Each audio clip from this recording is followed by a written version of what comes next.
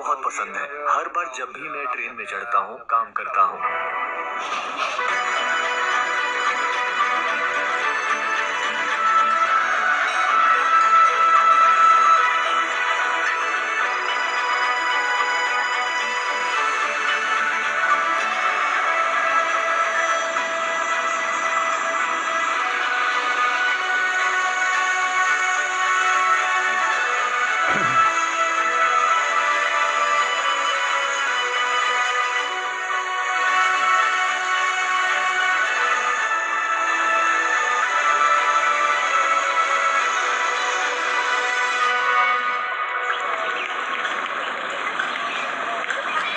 Vietnam की राजधानी Hanoi में सुबह के 6 बज रहे हैं।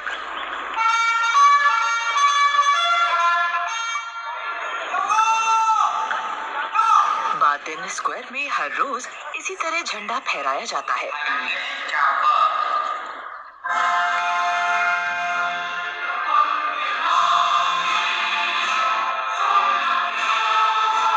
राष्ट्रगान बजता है और रिटायर्ड सैनिक समारोह में शामिल होते हैं।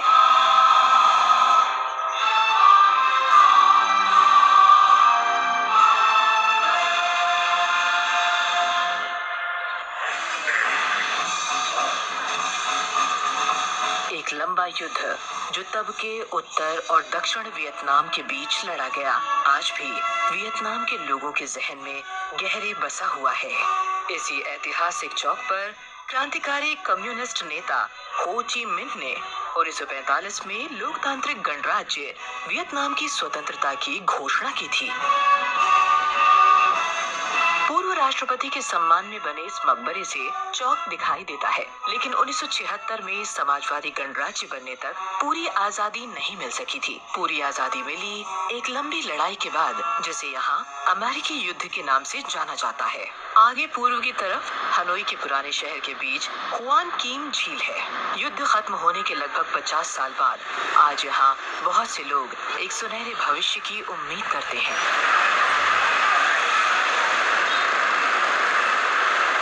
देश का परिवहन ढांचा जैसे सड़कें और रेल नेटवर्क वियतनाम के तेज रफ्तार विकास के साथ तालमेल बिठाने में चुनौतियां महसूस कर रहा है। क्रॉसिंग गार्ड का पेशा खतरनाक होता जा रहा है। तुम लोग ड्राइविंग लाइसेंस बनाने के लिए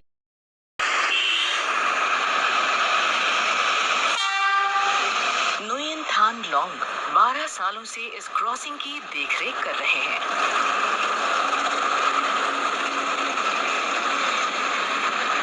बहुत सी जिम्मेदारियों भरी उनकी शिफ्ट 12 घंटे लंबी होती है।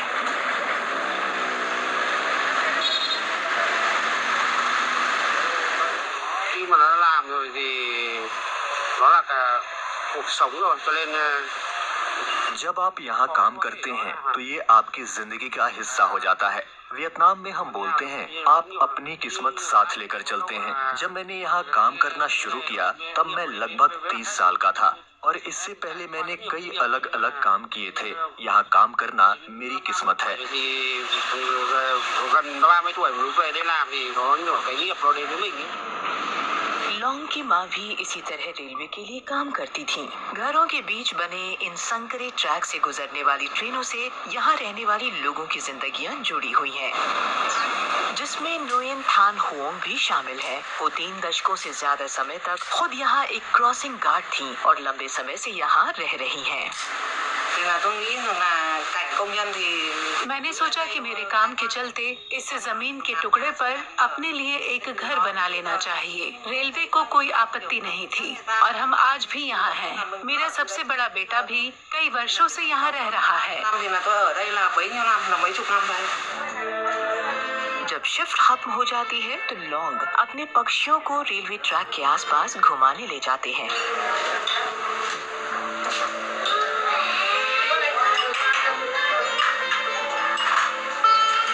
अब वक्त है उनकी पत्नी, बच्चों और माँ के साथ लंच करने का।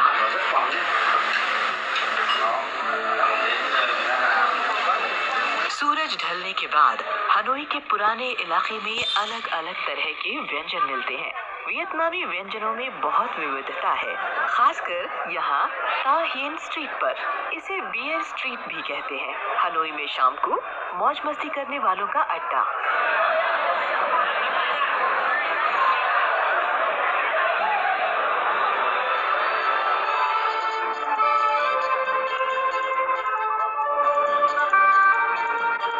यहाँ से दक्षिण में हुआन कीम झील है।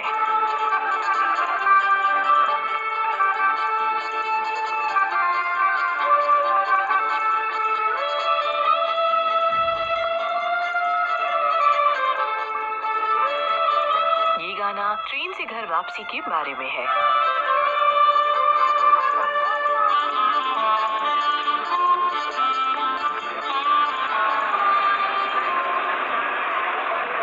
हनोई का मुख्य रेलवे स्टेशन झील से ज्यादा दूर नहीं है।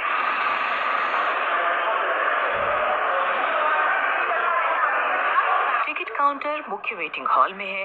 वियतनाम में ट्रेन की यात्रा आसान है। हमारे पास SE1 साइगोन एक्सप्रेस 1 की 10:15 की टिकट है।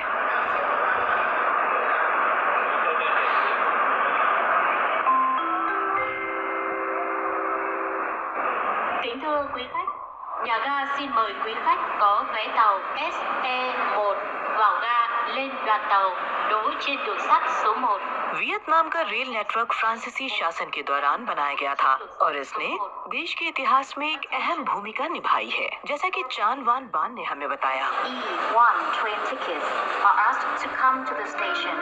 वो इस ट्रेन में अक्सर यात्रा करते हैं। 79 वर्षीय रिटायर्ड सेनानी के लिए रेलवे एक जरूरी प्रतीक है।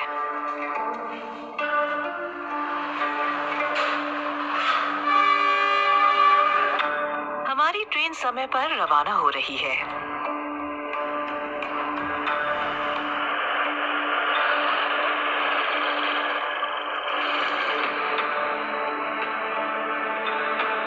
हमारी यात्रा हमें इस छोटे तटीय देश में उत्तर से दक्षिण तक ले जाएगी। ये यात्रा 32 घंटे से ज्यादा लंबी होगी।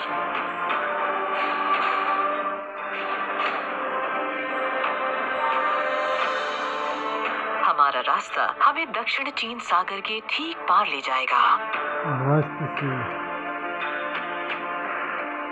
हमारी 1700 किलोमीटर लंबी यात्रा वियतनाम की लगभग पूरी लंबाई को पार करेगी और हनोई से हो ची मिन सिटी तक जाएगी। हो ची मिन सिटी का पुराना नाम साइगोन है। लेकिन हमारी ट्रेन सबसे पहले हमें एक दर्शनीय स्थल की तरफ लेकर जाने वाली है, डोंग ताऊ यानी रेलवे स्ट्रीट, जहां न्यून हाई थुई लिन ट्रेन की पटरियों से सटे कई कैफे में से एक को चलाती है। यहाँ रेस्तरां के वेटर ग्राहकों को सर्विस देने के लिए अक्सर पटरियां पार कर जाते थे। इसमें जोखिम था, इसलिए अब ऐसा करने की सख्त मनाही है। Bây giờ thì tàu cắt giảm nhiều chứ còn trước đây thì tàu gần như là cứ khoảng 1 tiếng một chuyến và em tiếp xúc với cả। अब ट्रेनें काफी कम है। पहले वो लगभग हर घंटे आती थी। गाड़ियों के शेड्यूल से मेरी और मेरी बेटी की दिनचर्या तय होती है। वो 8 साल से ट्रेनों को गुजरते हुए देख रही है और अब कोई खतरा नहीं है। पर्यटक भी सुरक्षित हैं क्योंकि कैफे के मालिक पर उनकी जिम्मेदारी है। Các chủ quán đều phải có trách nhiệm là để bảo đảm an toàn cho khách।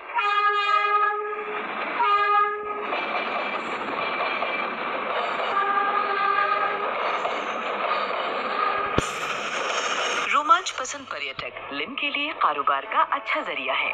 जैसा कि हमारे ट्रेन ड्राइवर नोएन कोइन खुई बताते हैं, उत्तर दक्षिण रेलवे लाइन को देश की रीढ़ के तौर पर बनाया गया था। इसी वजह से इसे कई बार तबाह भी किया गया। वियतनाम बनने के 1 साल बाद फिर से ये ट्रेन ट्रैक पूरा किया गया।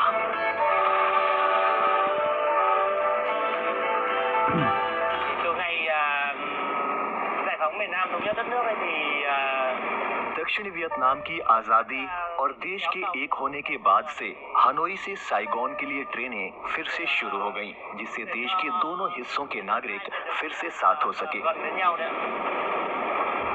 हर एक रीयूनिफिकेशन एक्सप्रेस के साथ हम लोगों को उत्तर से दक्षिण की तरफ और दक्षिण से उत्तर लाते ले जाते हैं। Con người Việt Nam đi vào Nam ra Bắc.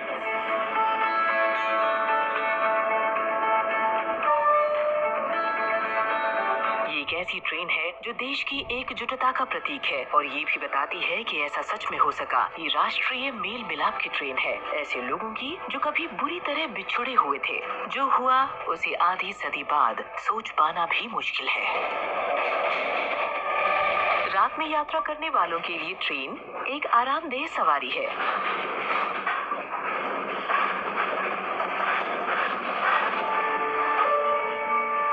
और हमारे लिए ये मौका था कि हम चानवान बांध से उनके कंपार्टमेंट में मिल सकें।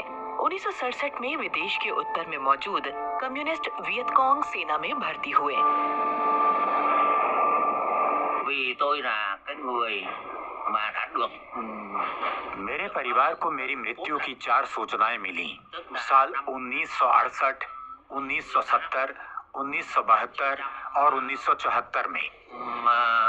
79 năm 1968, सिर्फ एक बार नहीं बल्कि 4 बार। năm 1972 và năm 1974। आप समझ सकते हैं कि जब मैं घर आया Người ta gửi तो मेरे परिवार को कितनी हैरानी हुई होगी। hơn một lần mà như vậy là tôi được báo tử tới 4 lần। मुझे 4 बार मृत घोषित किया गया था और फिर भी मैं जिंदा वापस आया। Thì như vậy là mọi người ta rất là ngỡ ngàng bởi vì tôi là báo tử tới 4 lần mà bây giờ tôi còn sống tôi về। बान की मां ने तो अपने बेटे के लिए एक वेदी भी बनवाई थी। 1976 में बान के घर लौटने तक वेदी 8 साल उनके घर पर रही, जिसे बाद में उन्होंने खुद ही हटा दिया। तब से बान ने अपना जीवन मरे हुए सैनिकों के पार्थिव शरीरों की खोज में लगा दिया।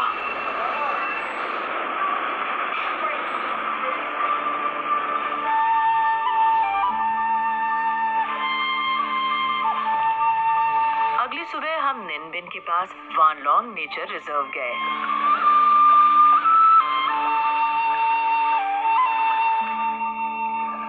जहां हम टीलो नाडलर से मिले। ये जर्मन जीव विज्ञानी 1990 के दशक की शुरुआत में वियतनाम आए और तब से अपना जीवन दुर्लभ प्राइमेटों के संरक्षण को समर्पित कर दिया।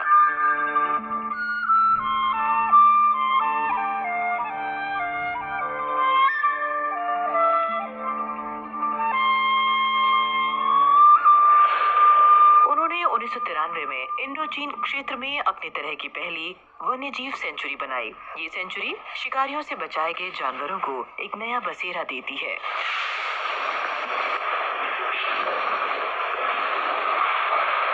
बंदर की एक लुप्तप्राय प्रजाति डिलाकॉर लंगूर उनकी मुख्य प्राथमिकता है। Eine der ersten Aktionen, das war शुरुआत में भगवान की देन की तरह इनमें से 2 जानवरों को हम शिकारियों के कब्जे से लाए। Beschlagnahmt vom illegalen Tierhandel. और तब एंडेंजर्ड प्राइमेट रेस्क्यू सेंटर की शुरुआत हुई। टीलो 25 साल तक इसके निदेशक रहे।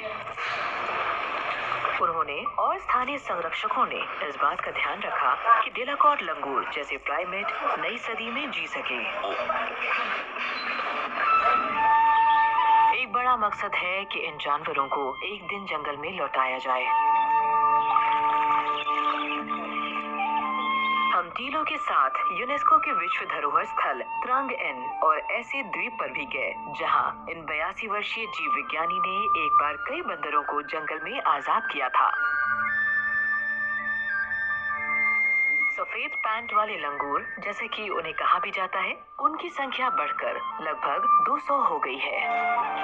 Das Ziel ist natürlich eine हमारा लक्ष्य बेशक एक अच्छी खासी आबादी बढ़ाना है, लेकिन इस तरह के काम में कई दशक लगेंगे। Aufgabe, die mehrere Jahrzehnte beansprucht. Also eine lebensfähige यहाँ आबादी को बढ़ाने का मतलब है 500 से 1000 जानवर, 1000 Tieren und और इस तरह से आबादी बढ़ाने में बहुत समय लगता है। eine Population aufgebaut hat.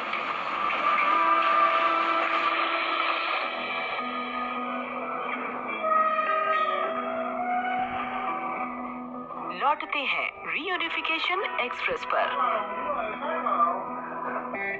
एक नया दिन और ये नाश्ते का समय है।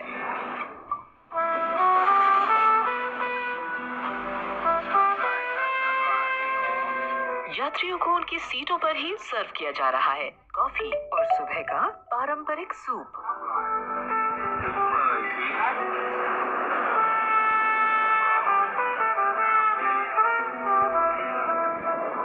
वियतनाम युद्ध के दौरान इस खास रेलवे लाइन का लगभग तब्दील हो गए थे। हालांकि जानवान बान के लिए सैनिकों की मौत कहीं ज्यादा दुखदाई थी।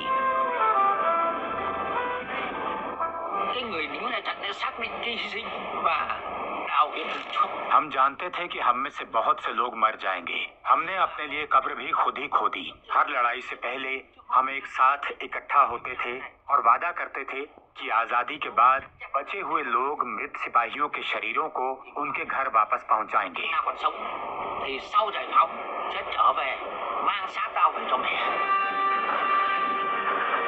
बान ने 1978 में पहली बार ट्रेन में यात्रा की। उन्होंने 34 साथियों के अवशेषों को खोदा और मृत्यु के प्रमाण पत्र खुद जाकर उनके परिवारों तक पहुंचाए।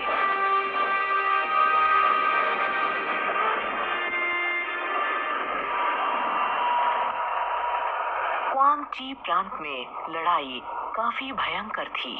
17th पैरेलल मोटे तौर पर उस सीमा पर था जो 1954 में फ्रांसीसी औपनिवेशिक बलों के जाने के बाद उत्तर और दक्षिण वियतनाम के बीच खींची गई थी। ये क्षेत्र बाद में युद्ध की कुछ सबसे खूनी लड़ाइयों का गवाह रहा। अब यहाँ हताहतों के सम्मान में स्मारक बनाए गए हैं।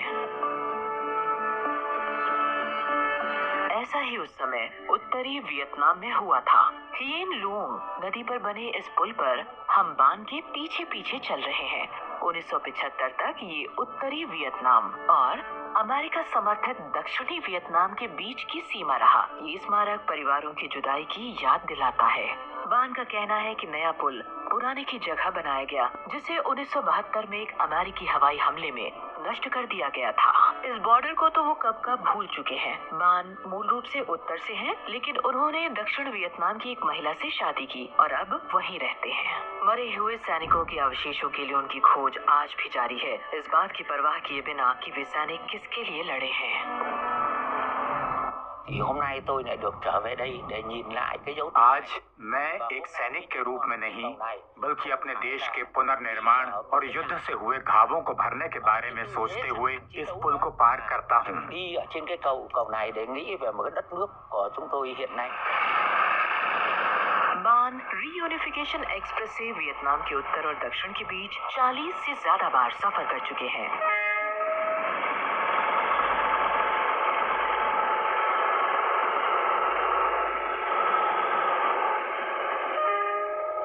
हमारी यात्रा देश के खेत खलिहानों को पार करते हुए दक्षिण की ओर बढ़ रही है। लगभग 700 किलोमीटर बाद हम क्यू पहुंच रहे हैं।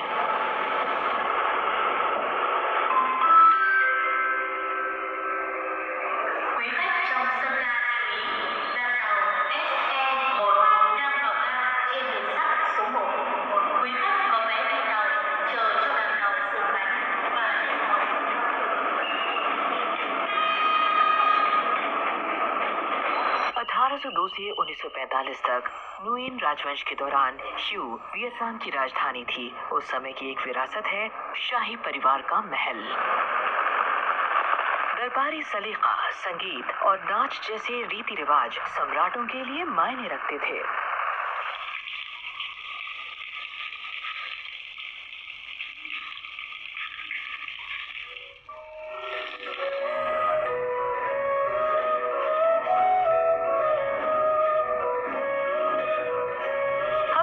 रॉयल बैले में बैक स्टेज तक जाने की इजाजत मिल गई। यहाँ डांसर अपनी परफॉर्मेंस की तैयारी कर रहे हैं। वियतनामी दरबारी संगीत 13वीं शताब्दी का है, लेकिन बाद के नुएन राजवंश के दौरान ये अपने चरम पर पहुंचा। यहाँ ये सम्राट की शक्ति और लंबी उम्र को दिखाता रहा।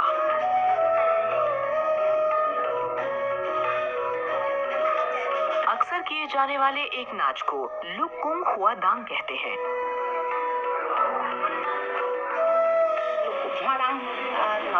लुक कुंग ओ दांग बौद्ध परंपराओं पर आधारित है। ये 6 बार प्रार्थना करने की प्रथा पर आधारित है, जिसमें हर प्रार्थना के साथ बुद्ध को प्रसाद चढ़ाया जाता है। धूप, फूल, चाय, फल, खाना और लालटेन। इस नृत्य को बाद में बढ़ावा दिया गया और अक्सर सम्राट की मां के जन्मदिन के अवसर पर किया जाता रहा। और इस ऑर्केस्ट्रा में ये ड्रम एक जरूरी भूमिका निभाते हैं।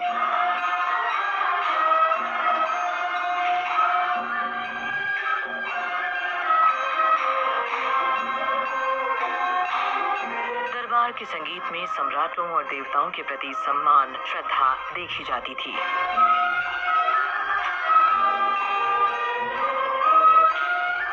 इस तरह के नाच अब त्योहारों पर भी किए जाते हैं। 2003 में वियतनाम के राजसी संगीत को यूनेस्को ने अमूर्त सांस्कृतिक धरोहर का दर्जा दिया था।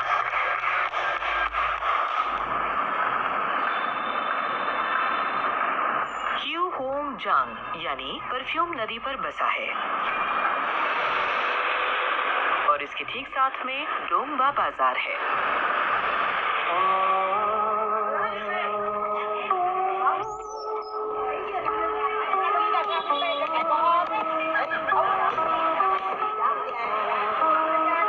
ये बाजार 1899 में खुला और यहाँ के अनगिनत स्टॉल ज्यादातर महिलाओं द्वारा चलाए जाते हैं। यहाँ हर तरह के खाने के ठेले मिलेंगे। कुछ माल तो बिल्कुल ही ताजा होता है।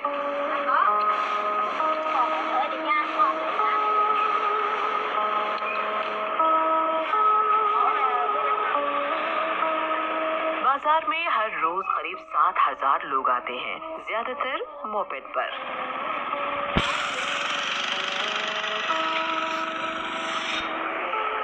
हमें वापस स्टेशन पहुंचना होगा। इस स्टेशन में एक बड़ा सा वेटिंग रूम भी है।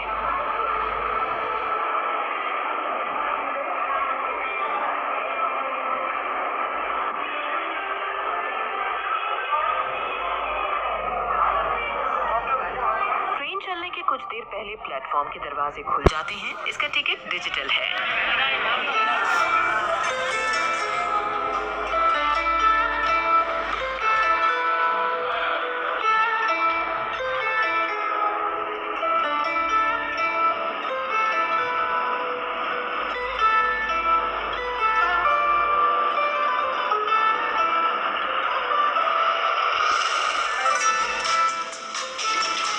खाने का समय होने वाला है।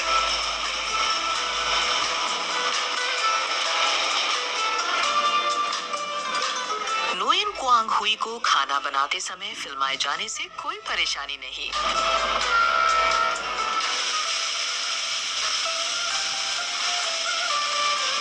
वो 10 सालों से रीयूनिफिकेशन एक्सप्रेस पर यात्रियों के लिए खाना बना रहे हैं और उनका शौक यात्रा करना और क्या।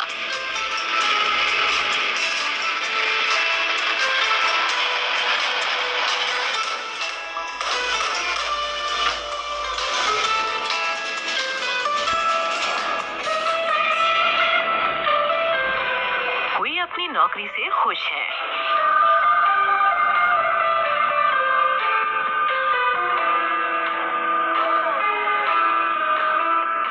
công việc cũng không phải là vất vả lắm।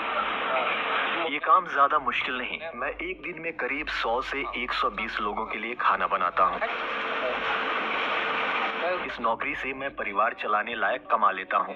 thu nhập của em cũng đủ để trang trải cuộc sống của gia đình। खाना ताजा तैयार किया जाता है और यात्री डिब्बों में पहुंचाया जाता है।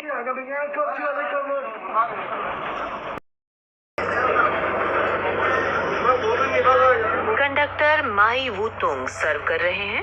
वो भी रीयूनिफिकेशन एक्सप्रेस को एक बड़ा प्रतीक मानते हैं। मैं 17 साल से रेलवे के लिए काम कर रहा हूँ। रीयूनिफिकेशन एक्सप्रेस पर काम करना वाकई दिलचस्प है, क्योंकि आपको लोगों से मिलने और कई अलग अलग जगहों को देखने का मौका मिलता है। बाकी नौकरियों के मुकाबले यहाँ काम करना वाकई मजेदार है। मध्य वियतनाम में डेम काऊ हाई अगला बड़ा आकर्षण है।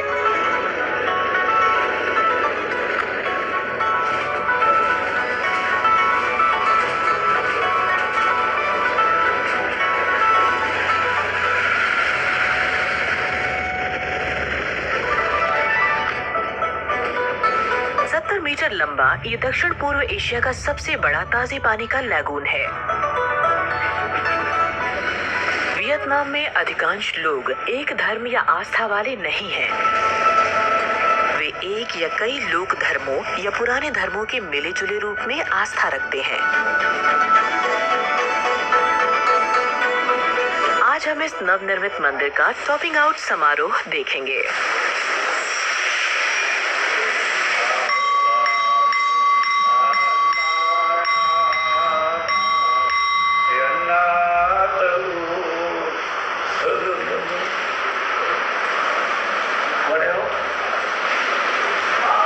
भिक्षु इस समारोह का संचालन करते हैं।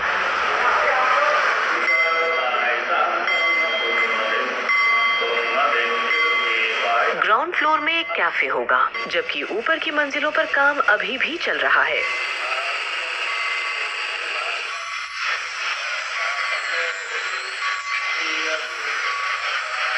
Đây là một về phong tục của người dân Việt Nam mình, nhà nào mà mới xây lên là cũng làm như vậy hết। नई इमारत के निर्माण का जश्न मनाना तो वियतनामी रिवाज है। प्रार्थनाएं हमारे पूर्वजों के लिए हैं। ये समारोह मालिक के लिए सौभाग्य लाने, बुराई को दूर करने और बेरोजगारी से बचाने के लिए है। ये एक पुरानी वियतनामी प्रथा है। Đây là công việc mà nó cho nó ổn định. Đây là cái phong tục của người Việt Nam mình ngày xưa tới giờ. Tưởng vị hỡi ấm linh đạo lai vân tập, hỡi ấm linh đạo lai vân tập. पैसे बांटना भी समारोह का हिस्सा है। Nhất tâm cầu nguyện đại tình dị kim ngân binh y quang đợi hai lạc các hàng thượng bằng. इससे पहले कि सांसारिक पैसों की आग में आहुति हो, स्वर्गवासियों के लिए एक भेंट।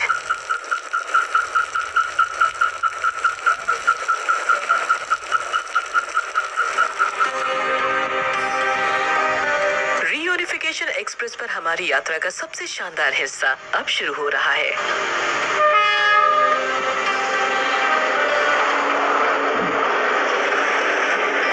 दक्षिण चीन सागर से होकर ट्रेन देओ हाई वान यानी ओशन क्लाउड पास के नीचे से गुजरती है।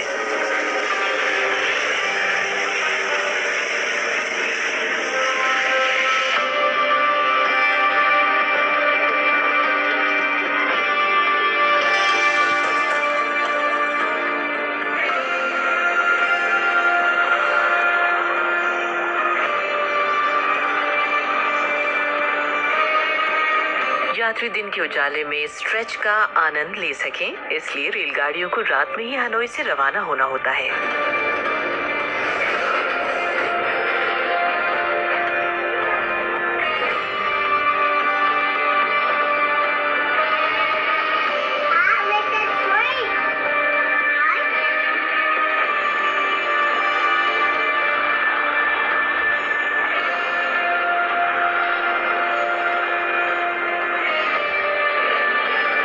यात्री सिर्फ खूबसूरत नजारों के लिए ही ट्रेन में यात्रा करते हैं। ट्रेन से जाना कार के मुकाबले ज्यादा सुरक्षित और सस्ता है। इसके अलावा मैं क्लाउड पास के नजारों को देखना चाहता था।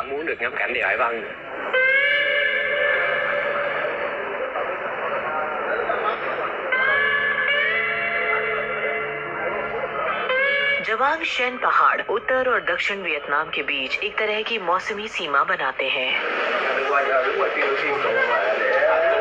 एक बढ़िया पर्यटन स्थल और बाइकर्स के लिए स्वर्ग जैसा।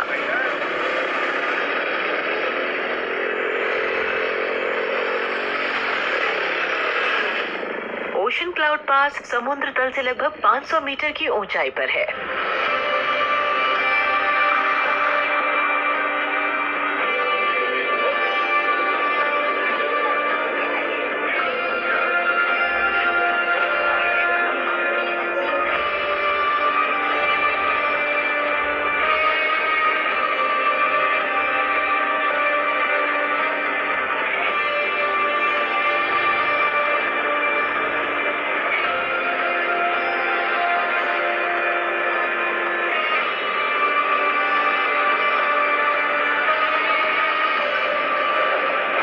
पास के ऊपर से कुछ किलोमीटर दूर अपने अगले पड़ाव पर पहुंच रहे हैं।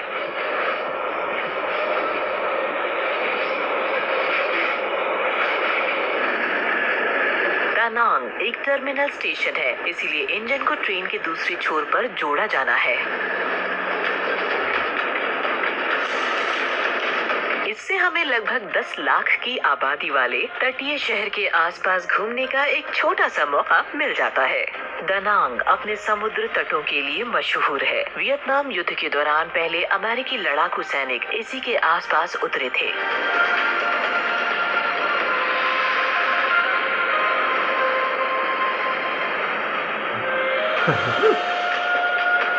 अमेरिकियों ने दनांग में एक खास हवाई अड्डा बनाया जो बाद में दक्षिण वियतनाम के सबसे बड़े शहरों में से एक का आधार बना।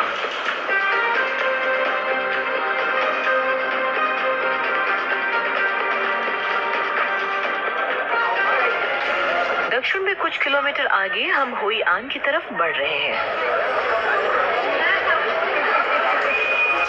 किस्मत से वियतनाम युद्ध के दौरान ये पुराना शहर नष्ट नहीं हुआ और आज इसे यूनेस्को के विश्व धरोहर का दर्जा मिला हुआ है। इससे पहले कि हमारी ट्रेन यात्रा दोबारा शुरू हो, हम शहर के बाहरी हिस्से में किसी से मिलने पहुंचे हैं। फू बॉन नदी पर वो लियू चप्पू से अपनी नाव को ठोककर मछलियों को रिझाने की कोशिश कर रहे हैं।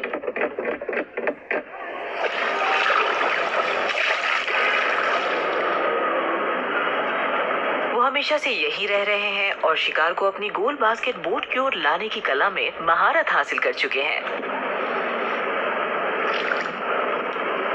Mà đã rồi biết thi trừ là chú đã biết làm nghề là hồi là 9 tuổi mới thi trừ ra। मैं 9 साल का था जब मैंने तैरना सीखा और मैं तब से ही पानी से जुड़ा काम कर रहा हूँ। मैंने कभी कुछ और नहीं किया। मैं इस गोल नाव में बाहर जाता हूँ और हर रोज कुछ किलो मछलियाँ पकड़ लाता हूँ। Cho nên là chú cũng lái cái thuyền thúng này đây cũng đi một bữa cũng kiếm được 5-3 căn। हालांकि आज का दिन 62 वर्षीय लियू के लिए खास नहीं रहा।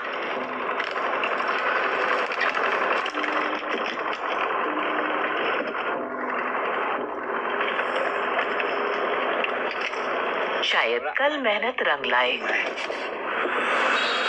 हम फिर से दनांग स्टेशन पर लौट रहे हैं।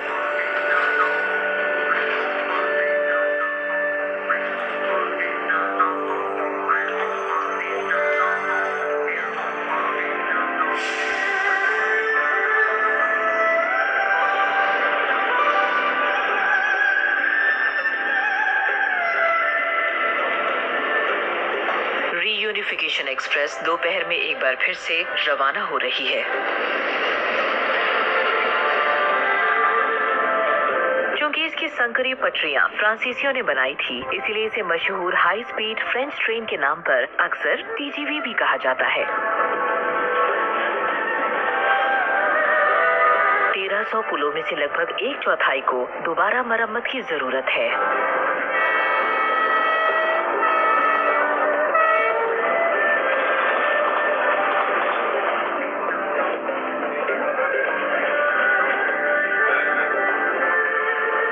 वियतनाम में रात जल्दी और तेजी से ढल रही है।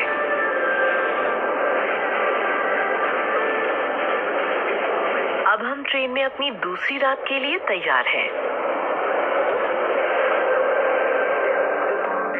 पहले यात्री यहाँ दलात तक थोड़ा घूम फिर सकते थे। लगभग 1500 मीटर की ऊंचाई पर बना ये छोटा सा खूबसूरत स्टेशन 1938 में फ्रांसीसियों ने बनाया था, जिसमें आर्ट डेको शैली की झलक साफ दिखती है।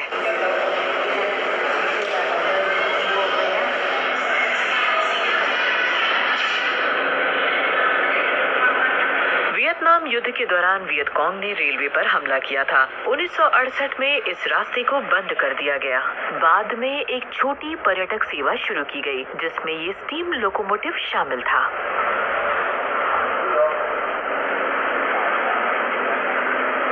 हम स्टेशन के पीछे नुएन डुक थुक से मिले। वे युद्ध के दौरान ट्रेन ड्राइवर थे। दशकों बाद 1990 के दशक की शुरुआत में उन्होंने कॉग रेलवे ट्रेन चलाई और आखिर तक उसे संभालते रहे। मैं पुराने रेलवे के लिए आखिरी स्टीम इंजन ड्राइवर था। जब 2016 में काम बंद हुआ तो मैं बहुत दुखी था। ये लोकोमोटिव मेरे काम करने की जगह थी और इससे बहुत अच्छी यादें जुड़ी हैं। मुझे तो किसी पुराने दोस्त की तरह लगता है। मुझे सच में इसकी बहुत याद आती है।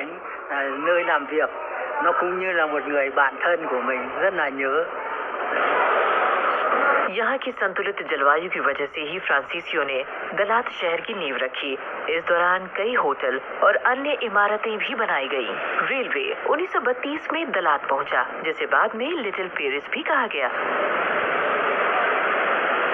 इस शहर में अब 2 लाख से ज्यादा लोग रहते हैं।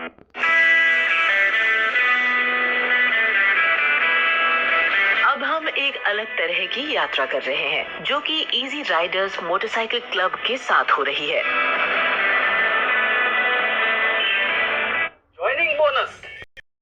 साल से भी ज्यादा समय से दलात के आसपास एक साथ सड़कें नापते चले आ रहे हैं। उनके सफर में एक दिन और कई दिनों की लंबी यात्राएं भी होती हैं। 73 वर्षीय होंग बताते हैं कि क्लब की स्थापना असल में मोटरसाइकिलिंग के मजे के लिए नहीं हुई, बल्कि ऐसा जरूरत की वजह से हुआ। बाद में सदस्यों ने अपने शौक को काम में बदल दिया। Và những thành phần đứng tuổi á, tức là sau năm 1975 दोनों हिस्सों के एक होने के बाद ज्यादा उम्र के लोगों के लिए नौकरी खोजने में कठिनाई हो रही थी। तब हमने पूरे क्षेत्र में विदेशी सैलानियों को घुमाना शुरू कर दिया। उस समय अंग्रेजी इतनी ज्यादा नहीं बोली जाती थी, लेकिन हमारे बहुत से सदस्य अंग्रेजी बोल सकते थे। वो शिक्षक, प्रोफेसर या सेना के अधिकारी थे। khoa học lớp giống như là giáo viên, giáo sư hay là thậm chí cả những cái sĩ quan của chế độ cũ nữa। अब वो हमें एक लोकप्रिय जगह दिखाने ले जा रहे हैं। दलात के आसपास का इलाका अपने झरनों के लिए जाना जाता है और हम नाम बान में एक झरना देखने जा रहे हैं। इसका नाम पानी के किनारे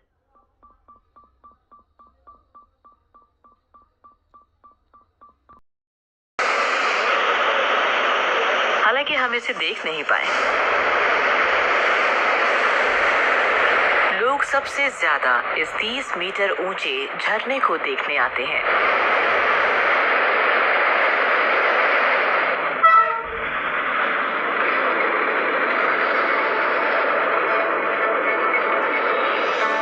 सुबह सुबह अब हम अपनी यात्रा के अंतिम चरण के लिए रीयूनिफिकेशन एक्सप्रेस पर वापस आ गए हैं। हमें हो ची मिन्ह सिटी पहुंचने के लिए बस कुछ ही किलोमीटर की दूरी तय करनी है। इसी के साथ ट्रेन में हमारी दूसरी सुबह हुई।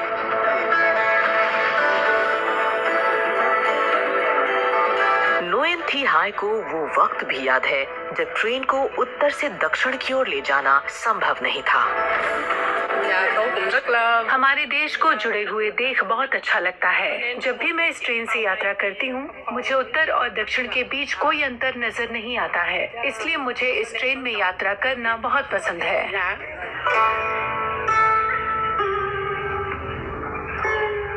सुबह के 6:30 बजे हम हो ची मिन्ह सिटी स्टेशन पर पहुंच रहे हैं।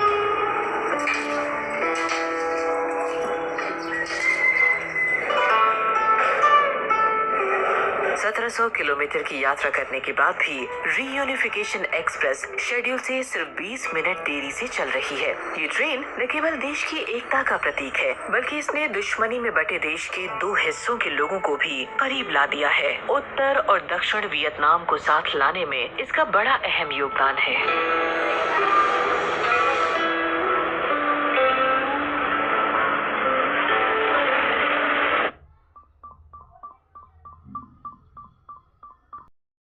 लगा रहा है। ऐसा नहीं है कि लोगों को पूरी तरह हो ची मिन्ह सिटी की आदत हो गई हो। केंद्रीय डाकघर और इसका बैरल वॉल्टेड मुख्य हॉल फ्रांसीसी शासनकाल की एक और यादगार है।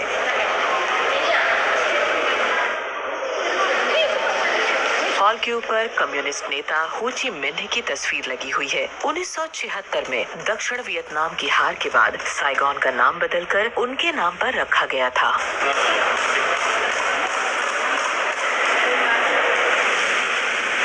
ये वियतनाम का सबसे बड़ा शहर है। 90 लाख की आबादी वाले शहर में लोग अक्सर एक पगोडा पर जाकर जीवन की दौड़ धूप से कुछ पल चुराकर शांति पाते हैं। हम नोएन थी हिएन के साथ बा थी हिएन हाउ पगोडा में जा रहे हैं।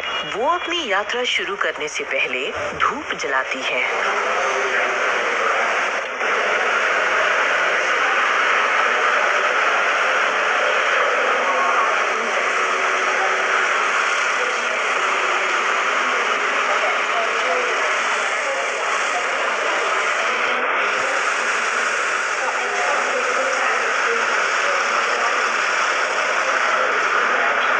करने के बाद 47 वर्षीय हिएन एक कागज का टुकड़ा खरीदती है, जहां वो अपना नाम और इच्छाएं लिखती हैं। फिर वो उस उस नोट को एक घुमावदार आभूषण पर लटकाने के लिए दे देती हैं, इस विश्वास के साथ कि उनकी प्रार्थनाएं पूरी होंगी। ये सब समारोह का हिस्सा है जिसमें प्रार्थनाएं बस किसी एक व्यक्ति और उनके प्रियजनों की भलाई पर केंद्रित नहीं होती।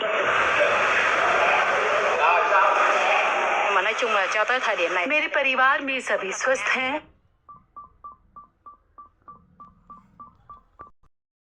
और काम में सफलता के लिए प्रार्थना करने पगोड़ा जाती हूँ। मेरे पास अपने काम के अलावा कुछ साइड जॉब भी हैं और मैं चाहती हूँ कि वो सभी अच्छी तरह से चलें और मैं चाहती हूँ कि मेरे बच्चे स्कूल में ठीक से पढ़े लिखें। मैं बस यही दुआ करती हूँ कि सब कुछ ठीक रहे।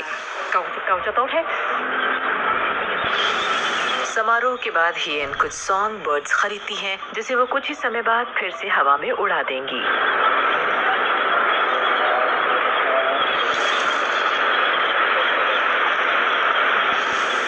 पगोडा में जाने पर की जाने वाली एक और रस्म पक्षियों को आजाद करना एक तरह की भेंट है। ऐसा मानते हैं कि इससे मन में अच्छे विचार आते हैं। जीवों की मुक्ति का मतलब अच्छे कर्म करना भी है।